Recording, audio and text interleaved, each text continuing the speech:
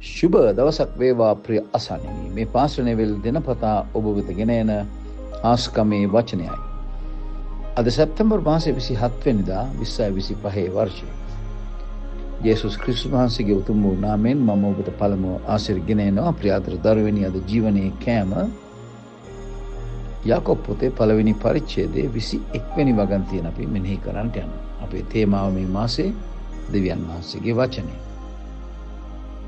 බයිබලයේ අද කියවෙන්නේ එයින් සියලු කිලුටුකම්ද අධික දුෂ්ටකමද පහකොට නුඹලාගේ ප්‍රාණ ගලවන්නට පුළුවන් වූ පිහිටුවන ලද වචනය මුරුදුකමින් යුක්තව පිළිගනිලා. එතකොට මෙතන ඉතාමත් වැදගත් දේවල් දෙක තුනක්ම තියෙනවා. එකක් තමයි වචනය මුරුදුකමින් යුක්තව පිළිගන්න කියලා. ඉතින් අපි ඒක තමයි මේ කරන්නේ. මාසයක්ම අපි මේ වචනය මෙනෙහි කරේ වචනය පිළිගන්න පිණිස. මුරුදුකමින් කියලා කියන්නේ යටහත් වෙලා ඔබ පිළිගන්න ඕන. ඔබට උගන්වන්න පුළුවන් වෙන්න ඕන. ඔබ හැමදේම දන්න කෙනෙක් නෙමෙයි. ඔබ ඉගෙන ගන්න කැමති කෙනෙක්. ජීවිතය වෙනස් කරගන්න කැමති කෙනෙක්. අන්න ඒකට තමයි කියන්නේ මුරුදුකමින් පිළිගන්නවා. ඒ වගේම සියලු කිලුටුකම. දැන් මේ මෙතන අවවාදයකුත් දෙනවා අපිට කොහොමද මේ වචනයෙන් අපි ජීවත් වෙන්නේ, මේ වචනයෙන් අපේ ජීවනය ලබා ගන්න නම් පළමුවෙන්ම අපි කිලුටුකම ඉවත් කරගන්න.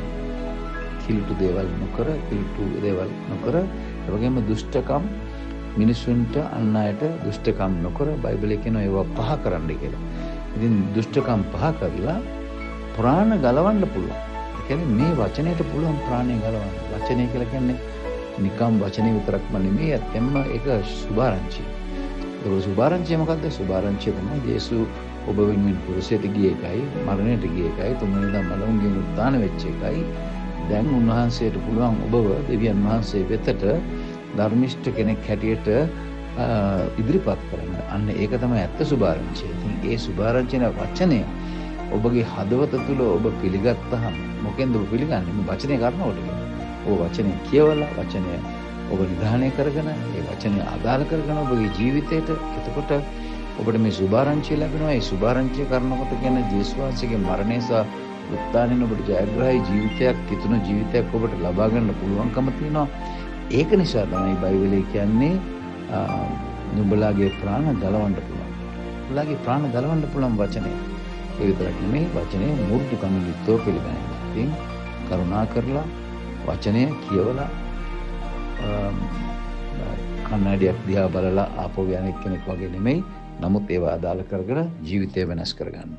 දේව ආශිර්වාදයෙන් පිරි සුබ දවසක්.